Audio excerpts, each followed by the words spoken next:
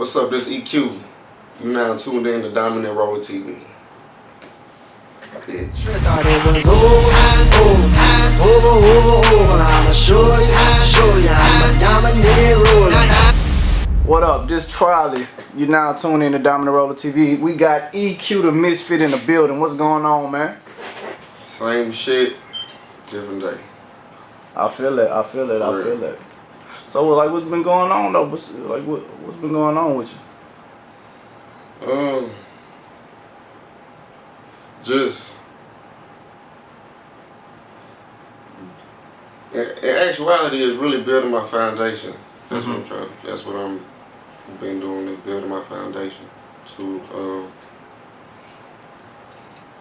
so I can just, you know what I'm saying, just do whatever I need to do after I build that foundation, making sure that's solid. You can't do nothing without that foundation. I feel you, man. So look, bro, I want to just go over some things, you know, some stuff that people may not know, you know, that's watching right now, you know what I'm saying? First off, you originally from Ohio, right? Yes, sir. I'm from Dayton, Ohio. Trim City. That's it. Okay, so how was it growing up coming from Ohio?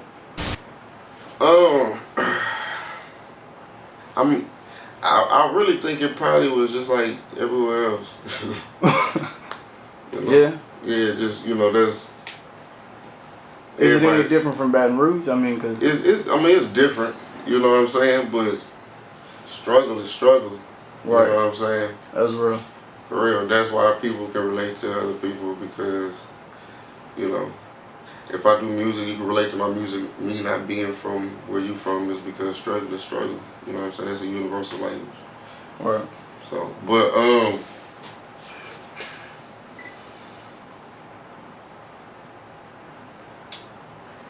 don't know. It was cool. It wasn't really too much. It wasn't hyper. It was cool. It was more like relaxed. Where I'm from is really like a cool place. Okay. It's not too much. You know what I'm saying? Like extra shit going on. You know, niggas be hustling and doing their thing, but niggas trying to make money. So the vibe's a little more laid back than Baton Rouge is? Shit, the violence. The vibe. Oh, the vibe, definitely. Okay. Shit, like, it's like swag type shit up there, like cool. It's Ohio players, you know what I'm saying? Yeah. It's player shit. You know what I'm saying? That's the whole energy up there. It's player shit. So like, where did you get the name EQ Tha Misfit from? People start calling me EQ. Well, my cousin Reggie started calling me EQ because of how I spell my name, E-R-I-Q-U-E. My real name is Eric. Oh, okay. And I spell it E-R-I-Q-U-E. So he just started calling me EQ, I guess because a GQ. It rhymed with GQ.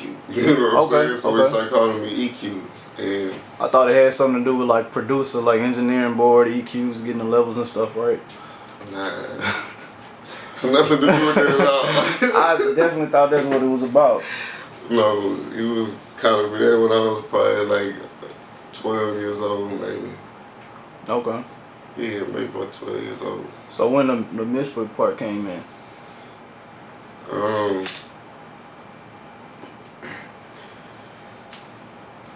Years after that. Okay. Well, I ain't gonna say it ain't that long, but the Misfits is me and my cousins. Cause I moved back to Dayton. I was born in Dayton. I moved to Columbus. Columbus, like an hour away from Dayton, Ohio. I moved to Columbus, and we ended up. I think I might have moved to California before that, but we ended up moving down here to Louisiana when I was like in the 3rd grade. You know what I'm saying? My mama split up with my dad. She ended up moving back home with her family, and so she took us with her. So we ended up being back in Dayton. Okay. So by the time we was back in Dayton, it was about the 6th grade. So So like when you finally moved back to BR, or when did you No, that's what I'm saying. In the 3rd grade, I was in BR for about a year and a half. That's it. Okay. You know what I'm saying? My dad stayed down here, and I moved back to Dayton. Okay. And my family was in Dayton, so I was real close with my cousins. Like all my cousins, I call like my brothers and my sisters. Like that's how close we all call each other brothers and sisters. Right. We that close. So a couple of my brothers, you know, we all stayed in the same city and we all did music. So, you know, he ended up coming up with the name The Misfits. But that's who we were, a group, you know what I'm saying? It was like a rap group. Me, him, my cousin Drake, my cousin Levon. It was us three, Dre and Levon. Okay.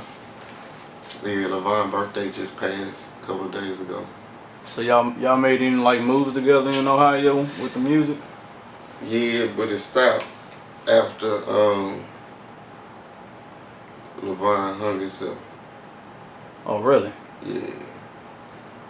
After that, nigga just stopped. Really.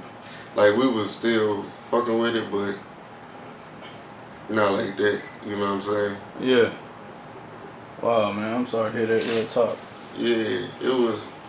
I'm talking about as far as the misfit shit. You know what I'm saying? Yeah. We always be misfits. You know what I'm saying? Right. But it just kind of was just different. You know what I'm saying? So I just did my shit and I wore it on my name. Right. EQ the Misfit. Okay. So you carried it on. You kept going with it. Yeah, that's where I am. So like when did you like really like? Cause you've been out here for a while. You know, like when did you really like I've really? been out here too long. You've been out here for a while, but I'm saying like you started making a name for yourself once you like, I guess that time when you really stayed in BR for a while. You know what I'm saying? Like you've been dropping a lot of hits. Like how did you like get on the music scene in BR and you know how did you start promoting yourself being that you coming from Ohio and Dayton and all that going back and forth? Like when did you finally like say okay I'm about to make a name for myself out here? I moved down here. Hold on. I moved down here. My dad asked me to move down here, bro. My dad asked me to move down. He's gonna be watching this. My dad asked me to move down here, and so I moved down here. So I got settled down here, and you know, music was what I did. So Right. with me moving down here, I just continued to do what I wanted to do. I mean, with my passion. So like That's just always. I'm always do that. right. You know. So music pretty much always been a part of you. So like what was the first hit that It's you been the only consistent thing in my life. right? I feel you. Like what was the first hit that you actually had that took off producer wise? I think it was, I don't know what to call it. I don't know what to call it. Yeah, I think that was the first one. Oh really? Yeah. That Kevin Gates song, right? Yeah. You did a lot of songs for Kevin Gates. Yeah, I did a few of them. Like quite a few. Yeah. Yeah, like Yeah, I did a few of them. I know you did Make 'Em Believe. Yeah, I did that one. You did what else did you do? You did that Lean to the Side. I don't know what to call it. Like I mean the list goes on. I know it's way more than that. Reputation on the line. Reputation on the Line. That's like as soon as he got out of jail. I don't give a fuck. Wow.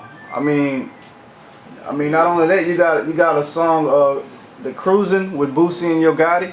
You did that track. I mean you did multiple tracks for Level. I mean like I mean you came out here, it seemed like you was on a mission. I mean cause the beats, matter of fact, let's backtrack. Okay. The beats that you make, I feel a pain in your beats. You know what I mean? Like Yeah. when you make beats, do you let out frustration when you're making the track? Because the tracks that I hear from EQ is like it's telling the story within the beat itself before words are even on it. I guess in a sense I am, but that's not what I don't know. That's not how I look at it. You know, and that may be what I'm doing, but that's not how I look at it. How do you look at it? Like a motherfucking job. Oh really? I mean, is it a job that you enjoy? Or is it Of just course. something you know you're good at? I enjoy it, but nonetheless, I have to be consistent. And you know, it is a business. Right. So I have to be able to know when to turn it on and turn it off. And right now, I'm not in front of my keyboard, so it's like it's business. It's business. You know what I'm saying? Mm-hmm. So I gotta every time I stop making beats, I gotta put that business hat on. You know what I'm saying? When I'm not making beats. So making beats is pretty much your freedom, your outlet. Would you say that? Nah. No. This is a job. It is my job, and it's a job that I love very much. But it's not my freedom. It's not my outlet either. My outlet is meditation.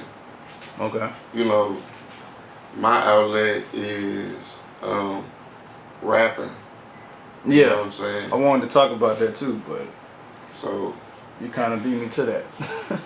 with beats, I don't feel like I can express myself really like as much as I would like to. So I don't, you know what I'm saying? Like I don't look at that when I'm thinking of releasing energy. You know what I'm saying? Because I don't think I can release all the energy I want to anyway. It's too tedious for me anyways. You know what I'm saying? Mm-hmm. It's not a zone out type of process. You know what I'm saying? Mm-hmm. I mean, it can be for a couple of people, but for me, it's not. For me, it's a tedious process. I feel you, man. So, like, since you mentioned the rap, man, I wanted to mention that anyway, bro. A lot of people don't know that you really go hard with the rap. You know, just rap. I heard some stuff. Matter of fact, I just want to speak on that Beethoven. Okay. I like that song, man. Like, what was the ammunition behind that song? What made you want to make that song? I don't even remember, man.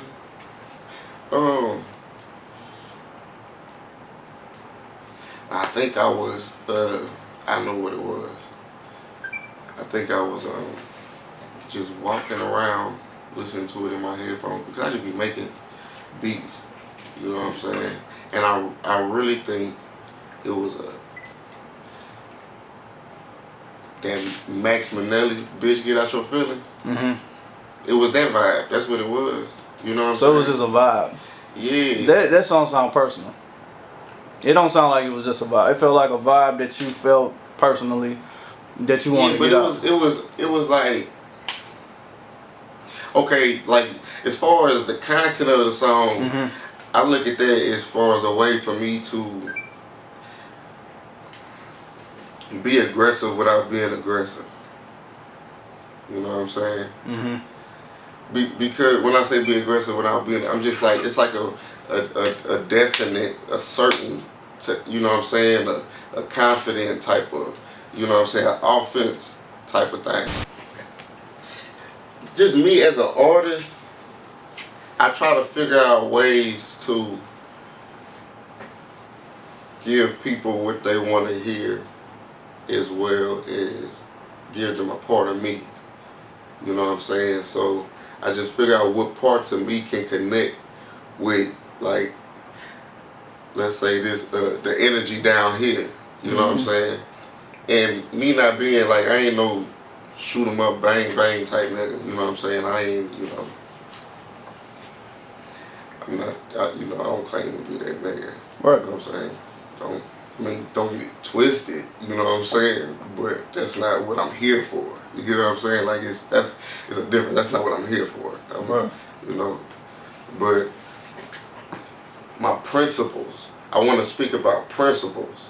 You know what I'm saying? I want to speak about things that, like, you know, statements to what when I say, like, Beethoven is basically saying I ain't trying to hear that. Like, it's really about cutting off. It's the same thing as Middle Finger Productions, basically. Yeah. You know what I'm saying? It's the same concept as Middle Finger Productions. Fuck whoever ain't trying to fuck with you. Mm-hmm. Stop worrying about the people who didn't show up and worry about the people who did. And give them something because they showed up. You know what I'm saying? Right. Make sure they come back instead of worrying about who didn't come. Because then they'll feel like, yeah, I came, but shit, the hospitality wasn't good, the service wasn't, you know what I'm saying, so I ain't gonna come again. Just make sure these people keep coming. You know what I'm saying? And then just build on that. Did you have to learn that the hard way? Like, I've learned everything the hard way. Yeah. Yeah. So I mean, like, music. Let's say music. Working with a lot of artists, it was a lot of times you felt like you didn't get the respect that you deserve, or their hospitality wasn't really like meaningful or grateful. Nah, I felt like everything was how it was supposed to be. In that time, did you? Or are you saying that now, since you had time to think and reflect and move on past it? Yeah, I mean, I still feel like, you know, I did what I did, you know what I'm saying? And there's a certain credit that usually comes along with doing those type of things. Mm-hmm. You know what I'm saying? And when those things don't happen, it's like it's rare, and it make you look like, you know, but, you know, there are exceptions. Mm-hmm. Shit, you know what I'm saying?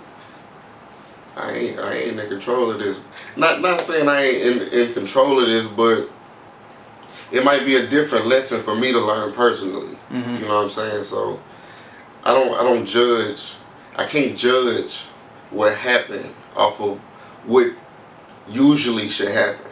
You know what I'm saying? I should just take it as it is and see what it means. Because it may mean something if you think about it. It really is going to mean something if you think about it. You know, like I don't think I would mind working with Gates again, bro. You know, I can't say I don't think I wouldn't mind working with Gates again, but you know, he had put something up when he got out, like that send them beats, and people sending me shit like send them beats. All right. And I feel like he served his purpose in my life. Mm-hmm.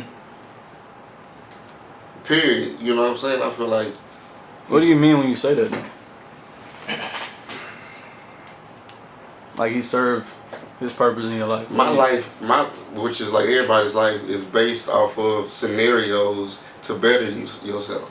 Right. You know what I'm saying? Like, so it just like any situation when you got friends, things are seasonal. Some things are, you know, longer than others. Some, you know. Did you guys have like a close relationship at one time or something? Nah, I mean. Or are you talking about career-wise, like that time, that season that he was constantly dropping stuff off of your tracks? Man, me and Gates, Gates, Gates was always cool to me, bro. You know what I'm saying?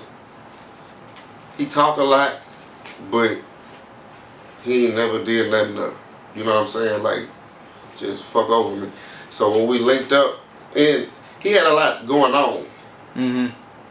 So, and I was hungry, trying to get on. He wasn't on yet either, but he was doing other shit. You know what I'm saying? Right. So his time was occupied with it. So, but my time wasn't occupied with shit. I'm trying to get popping with this music shit. You know what I'm saying? I just moved down here. I'm fresh down here. Like let's get it. But I understood what was going on, and I bumped it. I used to fuck with Mr. Tough. Mm-hmm. You know what I'm saying? I ran into him at the Guitar Center. Yeah. I used to go to the Guitar Center every day. When I moved down here, I used to go to the Guitar Center every day because I just figured if I want to meet some people involved with music, that's the place to, you know what I'm saying, to be. So, you know, I just went down there, and that's where I linked up with him. So I used to come over there, but I linked up with him in another way too because I was already fucking with Level at that time. But when I linked up with him, I did meet him in the Guitar Center. So I linked up with him, and that's how we ended up getting our own relationship outside of Level. You know what I'm saying? Because him and Level was on the same label, but I ended up meeting him, and it wasn't because of Level. You know what I'm saying? So that happened. And when I was over there fucking with him, Gates came over and did a song for him, and it was on one of my beats. Okay. You know what I'm saying? So he just like, you know, introduced himself. But I think I probably had already hit him up because my cousin had told me about him. He's like, man, you need to check this dude out, man. Give him some tracks. You know what I'm saying? Like, so, you know, I'm trying to check out everybody I can. I mean, everybody I can. And so when I check him out, he tell me, you know, I'm going out of town and I'll be back. And when he get back, he don't really hit me, but he talking like he want to. You know what I'm saying? He talking like he want to. So we link up. He like, man, I should have been messing with you, bro. So we end up swapping out. He's like, no, we ain't even swapping out the first time. He said, man, I'm gonna link up with you, but we'll never swap out no beats. So then the next time I see him, I'm messing with this dude named Big Fancy, and he come over to Big Fancy's studio and do a feature for him. And he like, look, man, like just give me some beats right now. You know what I'm saying? Like, and that was probably about a week later or something. But one night, it might not have been, I don't know how long it was, but I never really sat down, you know what I'm saying, and hollered at him like that, you know what I'm saying? But once I gave him some beats, he had came back and let me hear, I don't know what to call it. You know what I'm saying? That was the first thing he let me hear. He said, man, I think I got it. I think I got this one. What was your reaction when you first heard that song? It sound because for real, like at the time, I'm not really knowing.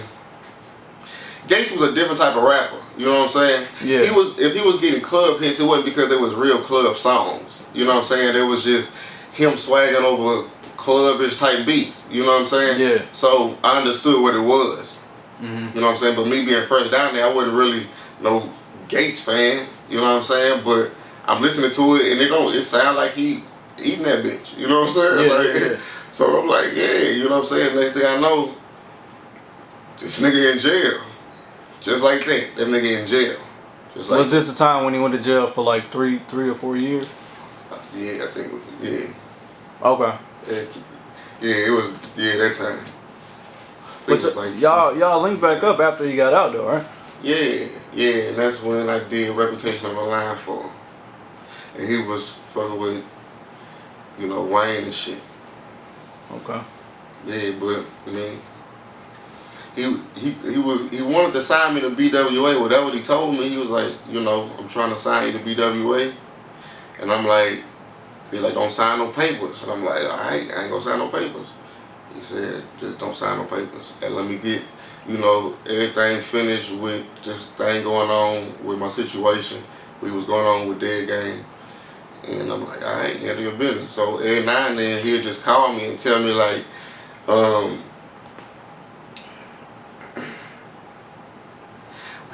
the status of his current situation. You know what I'm saying? But he'll like, man, I've been fucking with Wayne, and you know, I'm letting him hear your shit, and he love your shit. So I'm like, yeah. What, nigga? All right, link me up with Wayne then. Yeah, I guess so. Yeah, I mean, why not? Yeah, you know what I'm saying? Like, I really thought it ain't like I would have stopped fucking with Gates, you know what I'm saying? Right. But of course, why not? You know what I'm saying? Because I'm really thinking they gonna do something together and Wayne just gonna be on my song, and that would have been good enough for me. You know what I'm saying? That's really all I expected, or I really didn't know what to expect. But he just stopped. I mean, he just stopped calling. You know what I'm saying? Like, eventually he just stopped calling. And, I don't know. Man, he changed his number, so I can't really reach him like that, and I ain't really about to be reaching like that. But, I mean, I reached out a few times, though. I ain't gonna lie, I reached out a few times. But, how many times am I supposed to reach out? Alright. Man, I feel like you're underrated. That's my personal opinion. I feel like, you on a whole nother level than what you're credited right now. That's my personal opinion. I feel like that. I mean, I kind of feel you kind of feel the same way, or at one point in time you did, that you felt like you had to let people know I made this beat, because you have mixtapes like the Resume 1, the Resume 2. You have EQ made the beat. I mean, am I right or am I wrong? I mean, I don't know. Are you wrong about what specifically? Am I right about do you feel like you had to let people know that? Like, is this like? Oh yeah, I mean, only reason I had to let people know is because they didn't know, and I was trying to make a career out of this. So I just feel like those were the proper steps, and making a career. You know what I'm saying? Like I didn't wanna. Somebody told me to put my name in my tag, but I didn't want to because I felt like too many people was doing it. Mm-hmm. You know what I'm saying? Like I like my tag. With the sound effect. It's not a sound effect. It's Richard Pryor. Oh really? Yeah, it's Richard Pryor. I love Richard Pryor, so I got like a ringtone of Richard Pryor. Mm-hmm. And I recorded it on my studio microphone and chopped that little part out. Here's a part where he say, "Look up in the sky, it's a crow, it's a bat, no, it's super nigga. Dun dun dun dun dun." Oh wow. And that's the part I took out right there. That dun dun dun dun dun. And I just used that bitch. And I loved Richard Pryor. Well, I love Richard Pryor so much that I wanted it to be my tag. You know what I'm saying? Yeah. Then with him being from Ohio too. You know what I'm saying? Just everything that, my big brother loved Richard Pryor. Richard Pryor doesn't mean a lot to me. You know what I'm saying? And he's not even my favorite comedian. Who's your favorite comedian? Mike Epps. Why is Mike Epps your favorite comedian? Because he's an asshole. Because he's an asshole. Yeah. Because he's just stupid as fuck. That's why. Because he's stupid as fuck. Like, he has no reason for doing anything he does. He acts like he's still a teenager. This nigga is childish as fuck, man. He's just stupid as fuck. Like a lot of people don't get his humor. I get it. I love his humor. Mm-hmm. I love it. That's my favorite comedian. What do you think about Kevin Hart? I like Dave Chappelle. I like Dave Chappelle too. Yeah. Dave Chappelle is one of I like that he don't have a filter. Dave Chappelle's close to being he is one of the greatest for sure. Right.